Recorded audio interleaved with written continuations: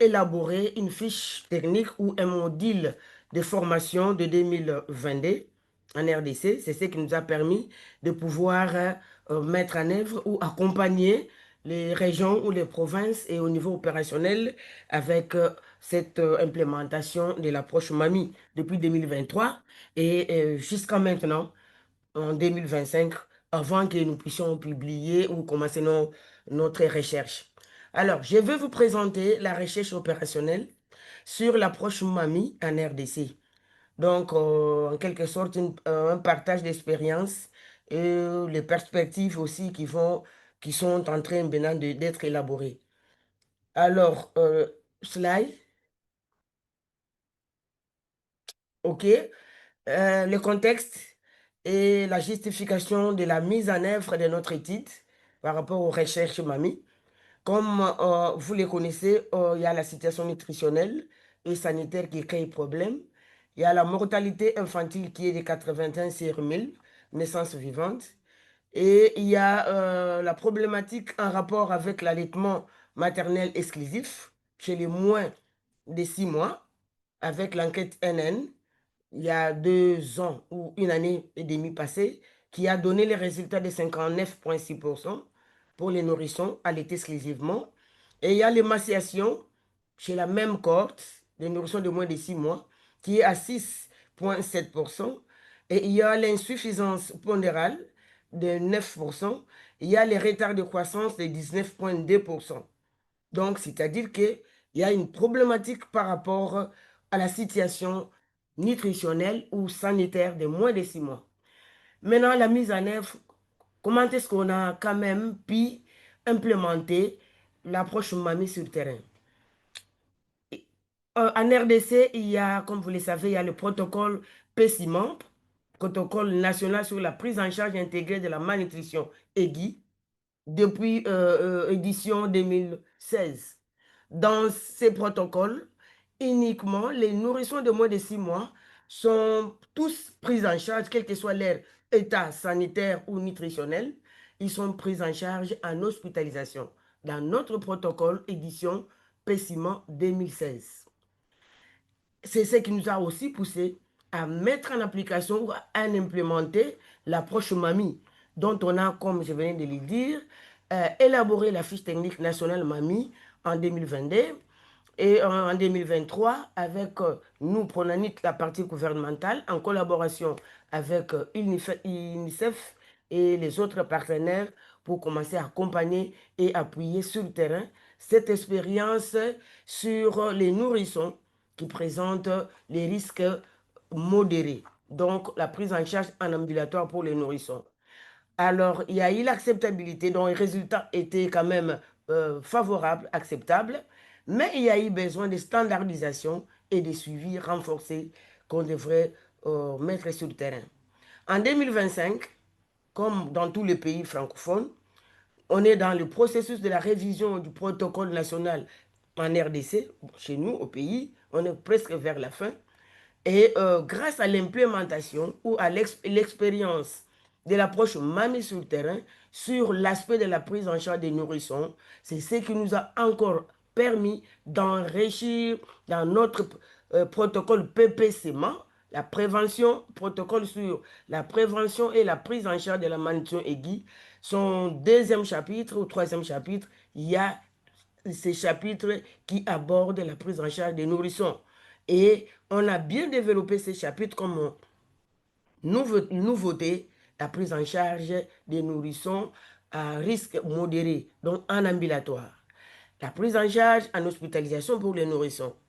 Et il y a aussi l'approche, comme vous le savez, selon les normes de l'OMS, dans sa partie de la section A, l'approche centrée sur les couples mères et nourrissons, qui met les aspects beaucoup plus sur la santé physique, nutritionnelle, mentale et psychosociale également de la mère, si on veut vraiment réussir l'approche nourrisson et mère.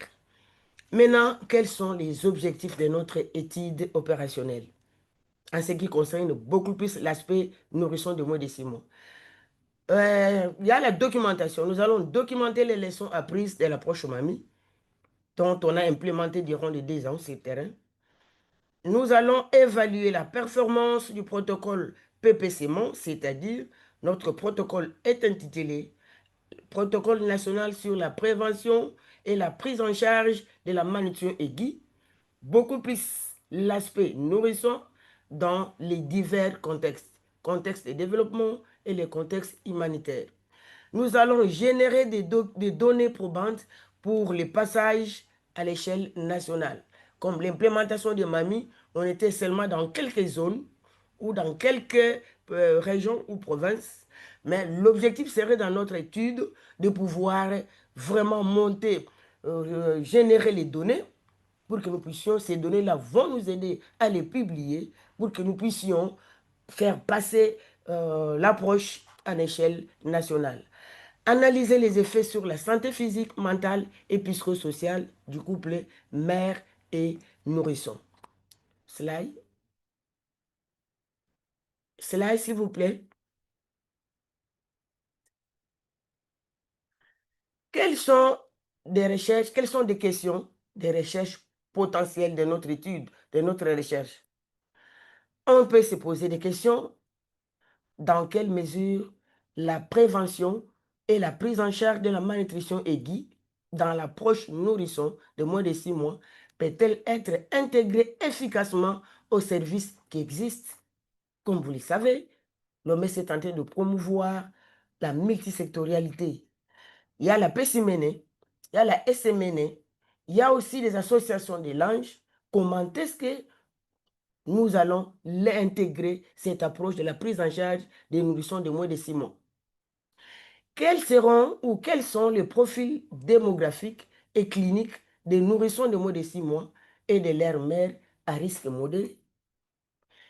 Quels seront les obstacles et facilitateurs qui influenceront l'acceptabilité et l'efficacité de la mise en œuvre de la prévention et de la prise en charge de la malnutrition aiguë? Quels enseignements pour la mise à l'échelle et la durabilité de l'approche? Toutes ces questions qui vont nous permettre dans notre étude, et aussi comme il y a le consultant qui est là, qui sera là d'ici là, et ensemble, la partie gouvernementale, le pronolyte que nous sommes, avec l'équipe de l'INSEF et les consultants, nous devons vraiment nous accorder les mains pour pouvoir répondre ou résoudre à ces 4 questions qui viennent d'être posées dans notre recherche. Slide.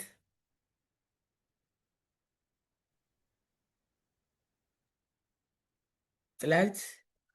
Les hypothèses provisoires des recherches, de notre étude.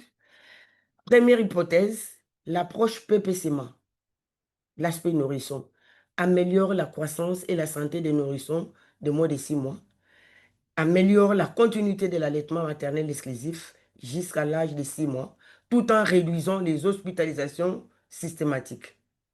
Et il y a aussi la prise en charge en ambulatoire qui est efficace pour les cas à risque modéré. Comme je venais de le dire, que dans notre protocole PPCMA, PCMA version 2016, jusqu'à présent on est dans 2016, en ambulatoire, on ne prend pas, ou dans des centres de santé, on ne prend pas en charge les cas de nourrissons de moins de 6 mois. Tous sont en hospitalisation. Mais avec cette étude et avec le protocole qui est en voie d'être vulgarisé, ça va la recherche va nous aider à nous donner de bons résultats pour que nous puissions les standardiser, l'approche en ambulatoire des nourrissons. Il y a comme hypothèse encore l'intégration de la santé mentale de la mère qui renforcera les résultats nutritionnels et de santé de l'enfant. L'approche santé sur le couple mère-enfant. Lorsqu'on est en train de se focaliser à aider la mère, c'est-à-dire que cette mère-là sera capable de pouvoir également faire le suivi de son enfant. Il y a la mise en œuvre également par rapport notre dernière hypothèse, la mise en œuvre de la PPCMA avec une approche communautaire, incluant la formation des agents de santé communautaires. Ça permet de réduire les coûts de prise en charge par enfant à risque et comparativement à une approche capitalière seule. Donc, voici les 4 hypothèses provisoires de notre recherche ou de notre étude actuelle que nous comptons faire en RDC. Slide. Quels sont les éléments complémentaires de la recherche par rapport à l'existant? Vous verrez à la première colonne, il y a les descriptions, il y a les axes clés de l'OMS 2023, il y a l'approche MAMI, dont on est sur le terrain, l'implémentation est sur le terrain en RDC. Il y a aussi les nouveaux protocoles de recherche de notre étude. Par rapport à la première ligne, il y a les dépistages. Les dépistages, selon l'axe ou les orientations de 2023, les dépistages doivent se faire en cascade, donc au niveau communautaire, et les dépistages au niveau des structures de soins. En ce qui concerne l'approche mamie, en tout cas au niveau communautaire, les dépistages du couple mère-enfant, ça ne se faisait pas. Mais selon notre étude, notre recherche, en tout cas, ça doit se faire. Les dépistages au niveau de structures, ce sont les orientations de l'OMS 2023. Dépistage au niveau des structures, ça doit se faire. Mais mamie, oui, on les faisait, ou ça s'est fait. Et nous allons aussi les faire dans notre étude actuelle. Le deuxième volet, c'est la prise en charge dans les traitements nutritionnels chez les moins de 6 mois et aussi leur mère ou les gardiens d'enfants. Selon les orientations de l'axe de l'OMS 2023, on recommande une bonne prise en charge du traitement nutritionnel. Pour mamie, l'approche mamie ou l'implémentation mamie sur le terrain, oui, pour les moins de 6 mois, en tout cas, la prise en charge clinique, c'est-à-dire l'évaluation des signes de danger et la prise en charge en hospitalisation pour les nourrissons, ça se faisait ou ça s'est fait, je m'excuse. L'évaluation nutritionnelle pour les nourrissons, ça s'est fait. L'évaluation alimentaire ou nutritionnelle sur l'allaitement, ok. L'évaluation de facteurs sociaux, oui. Mais en ce qui concerne les gardiens d'enfants ou la mère, dans l'approche mamie, en tout cas, il y a eu des problèmes, des petits soucis ou de soucis. Ça ne se faisait pratiquement pas. Mais pour notre étude, pour notre recherche, nous voulons vraiment qu'il y ait des évaluations du couple mère-enfant, et pour les nourrissons, et pour son accompagnant. Donc, c'est ça vraiment dans notre étude. Nous voulons vraiment ces points-là, les mettre en exergue. Nous puissions les faire pour avoir des résultats qui vont nous aider à les vulgariser et à consolider les nouveaux protocoles de PPCMA édition 2025. Il y a les volets également en ce qui concerne la description, la prise en charge médicale. L'axe de l'OMS, sur les orientations de 2023, pour les moins de 6 mois, en tout cas, et les gardiens d'enfants, c'est ce qui doit se faire. Maintenant, pour mamie, moins de 6 mois, oui, le traitement nutritionnel pour les signes de danger, ok. Mais pour mamie, ça créait un peu de petits soucis. Mais pour notre étude, nous allons aussi nous atteler, faire des recherches sur le terrain, aider sur le terrain pour que nous puissions avoir ces données, réaliser l'activité, prendre en charge ou réaliser l'activité sur les traitements médicaux des nourrissons et du couple et de sa mère ou de son gardien qui est à côté de lui. Il y a aussi l'évaluation ou la prise en charge psychologique. Là, on voit la stimulation de la petite enfance. Pour l'approche mamie, oui, on les faisait. Mais pour la prise en charge psychosociale pour la mère, en tout cas, on ne le faisait pas. Il y avait des soucis. Mais dans notre étude, c'est parmi les critères d'inclusion, nous allons les réaliser. Et ainsi, la prévention de la malnutrition. Donc là, on voit l'ange dans le développement et l'ange dans des situations d'urgence. Oui, pour mamie, en tout cas, là où il y avait mamie, dans des zones en urgence, l'ange, en tout cas, ça a été faisable. Mais malheureusement, la nutrition maternelle, ça créait des problèmes.